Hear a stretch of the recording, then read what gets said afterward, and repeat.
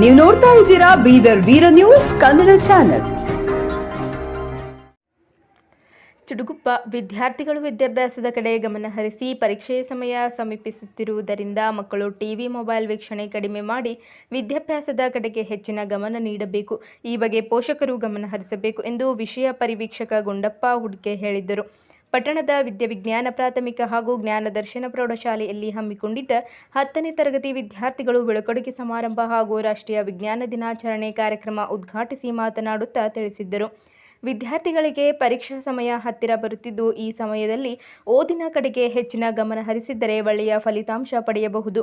ಈ ಬಗ್ಗೆ ಶಿಕ್ಷಕರು ಮತ್ತು ಪೋಷಕರು ಲಕ್ಷ್ಯ ಕೊಡಬೇಕು. ಪಠ್ಯದ ಜೊತೆಗೆ ಪಠ್ಯೇತರ ಚಟುವಟಿಕೆಗಳಲ್ಲಿಯೂ ಸಹ ಮಕ್ಕಳು ಪಾಲ್ಗೊಂಡು ಜ್ಞಾನ ಹೆಚ್ಚಿಸಿಕೊಳ್ಳಬೇಕು ಎಂದರು.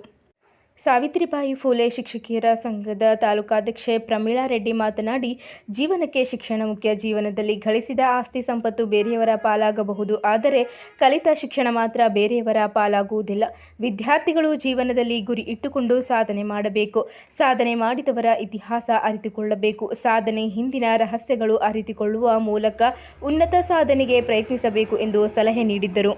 ಪತ್ರಕರ್ತ ರಾಜ್ಕುಮಾರ್ ಆರ್ ಹಡ್ಪದ್ ಮಾತನಾಡಿ, ಈ ಶಾಲೆಯಲ್ಲಿ ಓದುವ ವಿದ್ಯಾರ್ಥಿಗಳಿಗೆ ಶಿಕ್ಷಣದ ಜೊತೆ ಉತ್ತಮ ಸಂಸ್ಕಾರವನ್ನು ಕೊಡುವ ಕೆಲಸ ಈ ಸಂಸ್ಥೆ ಮಾಡುತ್ತಿದೆ. ಈ ಶಾಲೆಯಲ್ಲಿ ಪ್ರವೇಶ ಪಡೆದ ವಿದ್ಯಾರ್ಥಿಗಳು ಪುಣ್ಯವಂತರು. ಇಲ್ಲಿ ಸಿಗುವ ಶಿಕ್ಷಣ ಮತ್ತು ಸಂಸ್ಕಾರವು ನಿಮ್ಮ ಜೀವನದಲ್ಲಿ ಒಳ್ಳೆಯ ಭವಿಷ್ಯ ರೂಪಿಸುತ್ತದೆ. ಪ್ರತಿಯೊಬ್ಬರು ತಮ್ಮ ತಮ್ಮ ಮನೆಗಳಲ್ಲಿ ತುಳಸಿ ಗಿಡ ಹಚ್ಚಬೇಕು. ಅದರಿಂದ ನಮಗೆ ದಿನನಿತ್ಯ ಒಳ್ಳೆಯ ಗಾಳಿ ಸಿಗುತ್ತದೆ ಎಂದು ತಿಳಿಸಿದ್ದರು. ಸಂಸ್ಥೆಯ ಕಾರ್ಯದರ್ಶಿ ಚಂದ್ರಶೇಖರ್ ದಾನಪ್ಪ ಕಾರ್ಯಕ್ರಮದ ಅಧ್ಯಕ್ಷತೆ ವಹಿಸಿದ್ದರು. ನಿರ್ದೇಶಕರಾದ ಅಶೋಕ್ ಪೂರಿ, ರೇವಣಸಿದ್ದಪ್ಪ, ಧನಶ್ರೀ ಮಾತನಾಡಿದ್ದರು. ರಾಜ್ಯ ಮಟ್ಟದ ಕ್ರೀಡಾಕೂಟಕ್ಕೆ ಆಯ್ಕೆ ಕ್ರೀಡಾಪಟುಗಳಿಗೆ ಸಮಾರಂಭದಲ್ಲಿ ಹಾಜರಿದ್ದ ಗಣ್ಯರು ಸನ್ಮಾನಿಸಿ ಅಭಿನಂದಿಸಿ ಪ್ರಮಾಣಪತ್ರ ವಿತರಿಸಿದ್ದರು. ಈ ಸಂದರ್ಭದಲ್ಲಿ ಪ್ರೌಢಶಾಲೆ ಮುಖ್ಯ ಗುರುಗಳಾದ ಮಹಾದೇವ್ ಗಜ್ಜರ್ ಸೇರಿದಂತೆ ಸಿಬ್ಬಂದಿ ವರ್ಗದವರು, ವಿದ್ಯಾರ್ಥಿಗಳು ಉಪಸ್ಥಿತರಿದ್ದರು. ಕಾರ್ಯಕ್ರಮವನ್ನು ಶಿಕ್ಷಕ ತುಕಾರಾಮ್ ಹಳಿಕೇಡ್ ನಿರೂಪಿಸಿದ್ದರು. ಗೋಪಾಲ್ ವಂದಿಸಿದ್ದರು.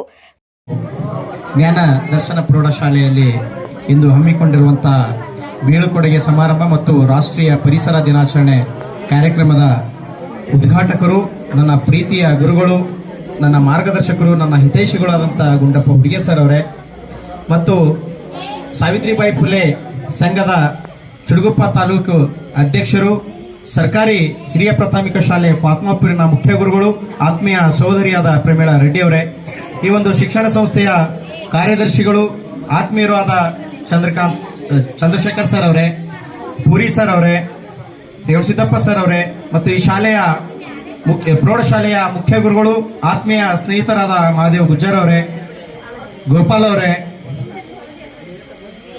ಮತ್ತು ಸಿಬ್ಬಂದಿ ವರ್ಗದವರೇ ಮತ್ತು ವಿದ್ಯಾರ್ಥಿಗಳೇ, ಈಗಾಗಲೇ ಎಲ್ಲರೂ ಮಾತಾಡಿದರೆ ಸಮಯದ ಅಭಾವ ಕೂಡ ಆಗಿದೆ. ಎಲ್ಲರಿಗೂ ಹಸು ಆಗ್ತಾ ಇರಬಹುದು, ಯಾಕಂದ್ರೆ ಬೆಳಗ್ಗೆಯಿಂದ ಕಾಯ್ತಾ ಇದ್ದೀರಿ. ನಾನೇನು ಜಾಸ್ತಿ ಟೈಮ್ ತಗೊಳ್ಳಲ್ಲ, 2 ನಿಮಿಷದಲ್ಲಿ ಮಾತು ಮುಗಿಸ್ತೀನಿ. ಈಗ ತಾವು ಇಲ್ಲಿ 10ನೇ ತರಗತಿ ವಿದ್ಯಾರ್ಥಿಗಳಿಗೆ ಬೀಳ್ಕೊಡುಗೆ ಸಮಾರಂಭವನ್ನು ಹಮ್ಮಿಕೊಂಡಿದ್ದೀರಿ. ನಾನು ಕಂಡಂಥದ್ದು ಈ ಶಾಲೆಯಲ್ಲಿ, ಯಾಕಂದ್ರೆ ನನ್ನ ಮಕ್ಕಳು ಕೂಡ ಇಲ್ಲೇ ವಿದ್ಯಾಭ್ಯಾಸ ಮಾಡ್ತಾರೆ ಸರ್. ಈ ಶಾಲೆಯಲ್ಲಿ ಶಿಕ್ಷಣದಕ್ಕಿಂತಲೂ ಹೆಚ್ಚಾಗಿ ಸಂಸ್ಕಾರವನ್ನ ನೀಡಿದಂತ ಯಾವುದಾದ್ರೂ ಸಂಸ್ಥೆ ಇದ್ರೆ ಅದು ಜ್ಞಾನ ಅಮೃತ ಶಿಕ್ಷಣ ಸಂಸ್ಥೆ ಇದೆ ಅಂತ ಹೇಳಿ ಹೇಳಲಿಕ್ಕೆ ಇಷ್ಟಪಡ್ತೀನಿ. ಯಾಕಂದ್ರೆ ನಾವು ಇವತ್ತು ಆಂಗ್ಲ ಮಾಧ್ಯಮದ ಶಿಕ್ಷಣ ಸಂಸ್ಥೆಗಳಿಗೂ ಕೂಡ ನಾನು ಹೋಗಿದ್ದೆ ಕಾರ್ಯಕ್ರಮಕ್ಕೆ, ಮತ್ತು ಕನ್ನಡ ಮಾಧ್ಯಮದ ಶಿಕ್ಷಣ ಸಂಸ್ಥೆಗೂ ಮತ್ತು ನಾನು ಕಾರ್ಯಕ್ರಮಕ್ಕೆ ಹೋಗಿದ್ದೆ. ಆದರೆ ಇಲ್ಲಿನ ವಿದ್ಯಾರ್ಥಿಗಳ ರೀತಿ ಒಂದು ಡಿಸಿಪ್ಲಿನ್ ಇಂದ ಇರ್ತಕ್ಕಂಥ ವಿದ್ಯಾರ್ಥಿಗಳನ್ನು ನಾನು ಈ ಶಿಕ್ಷಣ ಸಂಸ್ಥೆಯಲ್ಲಿ ನೋಡಿದ್ದೇನೆ. ಹಾಗಾಗಿ ಇಲ್ಲಿ ಶಿಕ್ಷಕರು ಕೂಡ ಬಹಳ ಒಳ್ಳೆ ರೀತಿ ವಿದ್ಯಾಭ್ಯಾಸವನ್ನ ಮಾಡ್ತಾ ಇದ್ದಾರೆ. ಅದಕ್ಕೆ ಈಗಿನ 10ನೇ ವಿದ್ಯಾರ್ಥಿಗಳು ತಾವು ಭಯವನ್ನ ಬಿಟ್ಟು ತಾವು ಪರೀಕ್ಷೆಯನ್ನ ಬರೆದಿ ತಮ್ಮ ಉಜ್ವಲವಾದಂತ ಭವಿಷ್ಯವನ್ನ ರೂಪಿಸ್ಕೊಳ್ಬೇಕು. ಯಾಕಂದ್ರೆ ಹೇಳ್ತಾರ CC ಕ್ಯಾಮ್ರಾವ ಆ ಕಡೆ ಗೋಣು ತಿರುಗಿದ್ರೆ ಇದು ಮಾಡ್ತಾರ, ಆದ್ರೆ ಅದು ಗೋಣು ತಿರುಗದು ಇದು ಮಾಡೋದಕ್ಕಿಂತ ಟೈಮ್ ವೇಸ್ಟ್ ಮಾಡೋದು. ತಾವು ಒಳ್ಳೆ ರೀತಿ ಅಧ್ಯಯನವನ್ನ ಮಾಡಿ ತಾವು ಸಮಯವನ್ನ ಕಳ್ಕೊಳ್ಳಾರದೆ ತಾವು ಪರೀಕ್ಷೆಯನ್ನ ಬರೆದು ಸರಿಯಾಗಿ ಬರೆದು ತಾವು ಕಲಿಸಿರ್ತಕ್ಕಂಥ ಗುರುಗಳಿಗೂ ಮತ್ತು ತಮಗೆ ಹೆತ್ತಂತ ತಂದೆ ತಾಯಿಗಳಿಗೂ ಒಂದು ಕೀರ್ತಿಯನ್ನ ತರಬೇಕಂತ ಹೇಳಿ ಈ ಶುಭ ಸಂದರ್ಭದಲ್ಲಿ ನಾನು ಹೇಳಿಕ್ಕೆ ಇಷ್ಟಪಡ್ತೇನೆ. ಅದೇ ಜೊತೆಯಾಗಿ ಇವತ್ತು ರಾಷ್ಟ್ರೀಯ ಒಂದು ಪರಿಸರ ದಿನಾಚರಣೆ ನಾವು ನೋಡಿದ್ದೀವಿ. ಕೋವಿಡ್ ನಲ್ಲಿ ಬಂದಿದಾಗ ನಮಗೆ ಆಕ್ಸಿಜನ್ ಎಷ್ಟು ಸಮಸ್ಯೆ ಆಗ್ತಾ ಇತ್ತು ಅಂತ ಹೇಳಿ. ಆದ್ರೆ ನಾವು ಇತ್ತೀಚಿನ ದಿನಗಳಲ್ಲಿ ನೋಡ್ತಾ ಇದ್ದಾಗ ಪರಿಸರಕ್ಕೆ ನಾವು ಬಹಳಷ್ಟು ನಿರ್ಲಕ್ಷ್ಯನ ವಹಿಸ್ತಾ ಇದ್ದೇವೆ. ಯಾಕಂದ್ರೆ ಈ ಮೊಬೈಲ್ಗಳ ಬಂದಾಗಿನಿಂದ ನಾವು ಯಾರು ಕೂಡ ಗಿಡ ಮರಗಳನ್ನ ಬೆಳೆಸುವಲ್ಲಿ ನಾವು ಮುಂದಾಗ್ತಾ ಇಲ್ಲ ಅಂತ ಹೇಳಿ ಒಂದು ನೋವಿನ ಸಂಗತಿ. ಇನ್ನೊಂದು, ಈ ಒಂದು ಶಾಲೆಯ ಒಂದು 10ನೇ ತರಗತಿ ವಿದ್ಯಾರ್ಥಿಗಳು ಇಲ್ಲಿಂದ ಹೋಗ್ತಾ ಇದ್ದೀರಿ. ತಮಗೊಂದು ನಾನು ಮನವಿ ಮಾಡ್ತಾ ಇದ್ದೀನಿ, ತಾವು ಎಷ್ಟು ವಿದ್ಯಾರ್ಥಿಗಳು ಇದ್ದೀರೋ ಪ್ರತಿಯೊಬ್ಬ ವಿದ್ಯಾರ್ಥಿಯು ಕೂಡ ತಮ್ಮ ಶಾಲೆಯ ಒಂದು ಆವರಣದಲ್ಲಿ ಒಂದೊಂದು ಸಸಿಯನ್ನ ನೆಟ್ಟು ಹೋಗ್ಬೇಕು. ಯಾಕಂದ್ರೆ ನೀವು ಮತ್ತೆ ಮರಳಿ ಈ ಒಂದು ಶಾಲೆಗೆ ಬಂದಾಗ ತಮ್ಮದೊಂದು ನೆನಪನ್ನ ಇರುತ್ತದೆ. ತಾವು ನೆಟ್ಟಿರುವಂತಹ ಗಿಡವನ್ನ ಸಸಿಯನ್ನ ಇವತ್ತು ಹೆಮ್ಮರವಾಗಿ ಬೆಳೀತು ಅಂದ್ರೆ ಅದು ನೀವು ಹಚ್ಚಿರ್ತಕ್ಕಂಥದ್ದು ತಮ್ಮ ಮುಂದೆ ಬರ್ತಕ್ಕಂಥ ಸೋದರ ಸೋದರಿಯರಿಗೆ ಒಳ್ಳೆಯ ಆಕ್ಸಿಜನ್, ಒಳ್ಳೆಯ ಗಾಳಿಯನ್ನ ಕೊಡ್ತದೆ. ಅದಕ್ಕೆ ತಾವು ಇದೊಂದು ಸಸ್ಯನ್ನ ನೀಡಬೇಕಂತ ಹೇಳಿ ತಮ್ಮಲ್ಲಿ ವಿನಂತಿಯನ್ನ ಮಾಡ್ಕೊಳ್ತೇನೆ. ವಿಶೇಷವಾಗಿ ಪ್ರತಿಯೊಬ್ಬರ ಮನೆಯಲ್ಲಿ ತುಳಸಿ ಗಿಡನ ಹಚ್ಚ್ರಿ. ಯಾಕಂದ್ರೆ ತುಳಸಿ ಗಿಡ ಯಾಕೆ ಹಚ್ಚಬೇಕು ನಾವು ಅಂತ ಕೇಳಿದಾಗ ಕೆಲವರು ಹೇಳ್ತಾರೆ ತುಳಸಿ ಲಗ್ನ ಮಾಡ್ಲಕ್ ಹಚ್ಚಬೇಕು, ತುಳಸಿ ಡಿಕೇಶನ್ನಾಗ ಅದು ಎಲ್ಲಿ ಹಾಕಿ ಡಿಕೇಶನ್ ಕುಡಿಬೇಕಂತ ಹೇಳಿ ಹಚ್ತೀವ್ರಿ ಅಂತ. ಹಾಗಲ್ಲ, ತುಳಸಿ ಗಿಡ ನಮಗೆ ಒಳ್ಳೆ ಶುದ್ಧವಾದಂತ ಗಾಳಿ ಕೊಡ್ತಕ್ಕಂತ ಗಿಡ ಅಂದ್ರೆ ಅದು ತುಳಸಿ ಗಿಡ ಇದೆ. ಅದಕ್ಕೆ ಪ್ರತಿಯೊಬ್ಬರ ಮನೆಯಲ್ಲಿ ಇವತ್ತಿನಿಂದಲೇ ಯಾರ್ಯಾರ ಮನೆಯಲ್ಲಿಲ್ಲ ಅವರೆಲ್ಲರೂ ಕೂಡ ತುಳಸಿ ಗಿಡವನ್ನ ಹಚ್ಬೇಕಂತ ಹೇಳಿ ವಿನಂತಿಸಿಕೊಳ್ತೇನೆ. ಯಾಕಂದ್ರೆ ನಮ್ಮ ಪರಿಸರವಾದಿಗಳು ಶೈಲೇಂದ್ರ ಕವಡಿ ಅವರು ಅವ್ರ ಜೊತೆ ನಾನು ಕಾರ್ಯಕ್ರಮದಾಗ ಈ ವಿಷಯವನ್ನ ಪ್ರಸ್ತಾಪ ಮಾಡ್ತಾರೆ. ಅದಕ್ಕೆ ಇವತ್ತು ಅವರಿಲ್ಲ. ಅವರ ಒಂದು ಅನುಪಸ್ಥಿತಿಯಲ್ಲಿ ನಾನು ವಿದ್ಯಾರ್ಥಿಗಳಿಗೆ ಮತ್ತು ಶಿಕ್ಷಕರಿಗೆ ಇದೊಂದು ವಿನಂತಿಯನ್ನ ಮಾಡ್ಕೊಳ್ತಾ ಇದ್ದೇನೆ.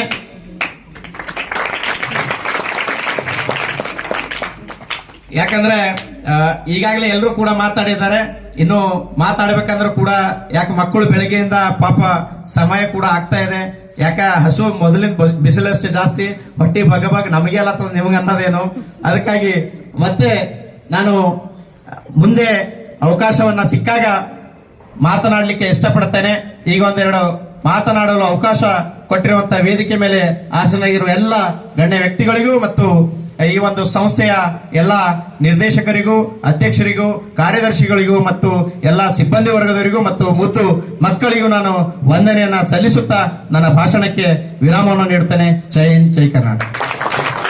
ಶೈಕ್ಷಣಿಕ ವರ್ಷದಲ್ಲಿ ಜ್ಞಾನಾಮೃತ ಶಿಕ್ಷಣ ಸಂಸ್ಥೆಯ ವಿದ್ಯಾವಿಜ್ಞಾನ ಪ್ರಾಥಮಿಕ ಹಾಗೂ ಜ್ಞಾನದರ್ಶನ ಪ್ರೌಢಶಾಲೆಯ 10ನೇ ತರಗತಿ ಮಕ್ಕಳಿಗೆ ಬೀಳ್ಕೊಡುಗೆ ಸಮಾರಂಭ ಹಾಗೂ ರಾಷ್ಟ್ರೀಯ ವಿಜ್ಞಾನ ದಿನಾಚರಣೆ ಅಂಗವಾಗಿ ಹಮ್ಮಿಕೊಂಡಂತ ಈ ಸಭೆಯ ಘನ ಅಧ್ಯಕ್ಷತೆಯನ್ನು ವಹಿಸಿರುವಂತಹ ಆತ್ಮೀಯರಾದ ಚಂದ್ರಶೇಖರ್ ಧಾನಪ್ಪ ಅವರೇ ಹಾಗೂ ಪಾತ್ಮಾಪುರ್ ಹಿರಿಯ ಪ್ರಾಥಮಿಕ ಶಾಲೆಯ ಮುಖ್ಯ ಶಿಕ್ಷಕಿಯರಾದ ಪ್ರಮೀಳಾ ರೆಡ್ಡಿ ಅವರೇ, ಜೊತೆಗೆ ಆತ್ಮೀಯರಾದಂತಹ ಈ ಊರಿನ ಮಲ್ಲಮ್ಮನ ನುಡಿ ಪತ್ರಿಕೆ ವರದಿಗಾರರಾಗಿರುವಂತಹ ನೆಚ್ಚಿನ ವಿದ್ಯಾರ್ಥಿಯೂ ಕೂಡ ಆಗಿರುವಂತಹ ಶ್ರೀಯುತ ರಾಜ್ಕುಮಾರ್ ಹಡಪದ್ ಅವರೇ, ನಮ್ಮ ಸಂಸ್ಥೆಯ ನಿರ್ದೇಶಕರಾಗಿರುವಂತಹ ಹಾಗೂ ಶಿಕ್ಷಕರಾಗಿರುವಂತಹ ರೇಣುಸಿದ್ದಪ್ಪ ಧನಸಿರಿ ಅವರೇ, ಜೊತೆಗೆ ಪಟ್ಟಣದಲ್ಲಿ ಅತ್ಯಂತ ಉತ್ಸಾಹಿ ಇಂಗ್ಲಿಷ್ ಭಾಷೆ, ಇಂಗ್ಲಿಷ್ ವಿಷಯ ಅಂದ್ಕೂಡಲೇ ಅಶೋಕ್ ಪೂರಿ ಸರ್ ಹೆಸರು ನೆನಪಾಗ್ತದೆ.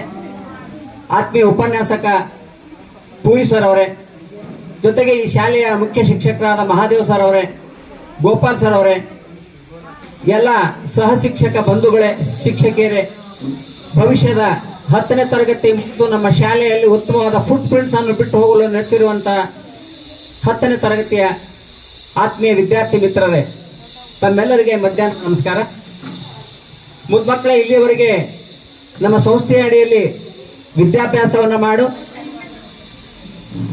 ಶೈಕ್ಷಣಿಕ ವರ್ಷದ ಭವಿಷ್ಯದ ಬುನಾದಿಯನ್ನು ಹಾಕಿಕೊಂಡು ಉನ್ನತ ವ್ಯಾಸಂಗ ಮಾಡಲು, ಉತ್ತಮ ಫಲಿತಾಂಶ ನೀಡಲು ಹೊರಟಿರುವಂತಹ ಮುದ್ದಿನ ವಿದ್ಯಾರ್ಥಿಗಳಿಗೆ ಒಂದೆರಡು ಕಿವಿ ಮಾತುಗಳು ಹಾಗೂ ಮುಖ್ಯವಾಗಿ ಶಾಲೆಯಲ್ಲಿ ರಾಷ್ಟ್ರೀಯ ವಿಜ್ಞಾನ ದಿನಾಚರಣೆ ಅಂಗವಾಗಿ ಹಮ್ಮಿಕೊಂಡಂತಹ ವಿವಿಧ ಕಾರ್ಯಕ್ರಮಗಳಲ್ಲಿ ಫಲಿತಾಂಶ ತರಲಿಕ್ಕೆ ಉತ್ಸಾಹದ ಜೊತೆಗೆ ವೈಜ್ಞಾನಿಕ ಮನೋಭಾವನೆ, ಮೌಢ್ಯತೆಯನ್ನು ಹೋಗಲಾಡಿಸುವಂತಹ ಒಂದು ಮನೋಭಾವನೆಯನ್ನು ಹೊಂದಿರುವಂತಹ ಭಾಷಣ ಮಾಡಿದಂತಹ ಮುದ್ದಿನ ವಿದ್ಯಾರ್ಥಿಗೆ ಮತ್ತೆಲ್ಲಕ್ಕಿಂತ ಹೆಚ್ಚಾಗಿ ಜಿಲ್ಲಾ ಮಟ್ಟದಲ್ಲಿ, ರಾಜ್ಯ ಮಟ್ಟದಲ್ಲಿ ನಮ್ಮ ಸಂಸ್ಥೆ ಅಡಿಯಿಂದ ದಾಪುಗಾಲಾಡುವಂತಹ ಈ ಸಂಸ್ಥೆಗೆ ಹೆಸರನ್ನ ತಂದಿರುವಂತಹ ಮುದ್ದಿನ ವಿದ್ಯಾರ್ಥಿನಿಯೇ, ನಮ್ಮೆಲ್ಲರಿಗೆ ನಾನು ಇಷ್ಟೇ ಹೇಳಬಲ್ಲೆ, ಭವಿಷ್ಯದಲ್ಲಿ ಇಂದಿನ ವಿಜ್ಞಾನ ತಂತ್ರಜ್ಞಾನ ಯುಗದಲ್ಲಿ ಮಕ್ಕಳೇ, ನೀವುಗಳೆಲ್ಲ ನಿಮ್ಮ ಅಪ್ಪ ಅಮ್ಮನ ಕಾಣಿಕೆಯಿಂದ ಈ ಭೂಮಿಗೆ ಬಂದಿದ್ದೀರಾ. ಭವಿಷ್ಯದಲ್ಲಿ ನಿಮ್ಮ ಅಪ್ಪ ಅಮ್ಮಗಳು ದೊಡ್ಡ ಕನಸನ್ನೇ ಕಟ್ಕೊಂಡಿದ್ದಾರೆ ನಿಮ್ಮ ಮೇಲೆ. ನಮ್ಮ ಮಗು ಉತ್ತಮ ಜ್ಞಾನ ಶಿಕ್ಷಣ ಪಡೀತದೆ, ಒಳ್ಳೆ ಹುದ್ದೆಗೆ ಹೋಗ್ತದೆ, ತನ್ನ ಬದುಕನ್ನು ಹಸನ ಮಾಡಿಕೊಂಡು ನಮ್ಮನ್ನೆಲ್ಲ ಸಲ್ಲುತ್ತದೆ ಅಥವಾ ಸಾಕ್ತದೆ ಅಂತ ಆಸೆ ಇಟ್ಕೊಂಡು ನಿಮ್ಮ ಅಪ್ಪ ಮಗಳಿಗೆ ಕೊಡುವ ಕಾಣಿಕೆ ಏನಾದರೂ ಇದ್ರೆ ಅವರ ಮುದ್ದಿನ ಮಕ್ಕಳಾಗಿರಿ. ಮಕ್ಕಳೇ, ಜೊತೆಗೆ ಈ ಶಾಲೆಯಲ್ಲಿ ನೀವು ಹೋಗುವಾಗ ನಿಮ್ಮ ಹಿಂದಿರುವಂತಹ 9ನೇ ಮತ್ತು 8ನೇ ತರಗತಿ 7ನೇ ತರಗತಿ ಮಕ್ಕಳಿಗೆ ಈ ವರ್ಷಿನ 10ನೇ ತರಗತಿಯ ಬ್ಯಾಚಿನವರು ಬಹಳಷ್ಟು ಉತ್ತಮವಾದಂತಹ ಗುಣ ನಡತೆಯುಳ್ಳವರಾಗಿದ್ರು, ಉತ್ತಮವಾದ ಫಲಿತಾಂಶ ತೆಗೆದುಕೊಟ್ಟು ಹೋಗಿದ್ದಾರೆ ಅಂತ ನೆನೆಸುವಂಗೆ ನೀವು ಶಾಲೆಗೆ ಉತ್ತಮವಾದ ಹೆಸರನ್ನು ತರ್ತೀರಾ.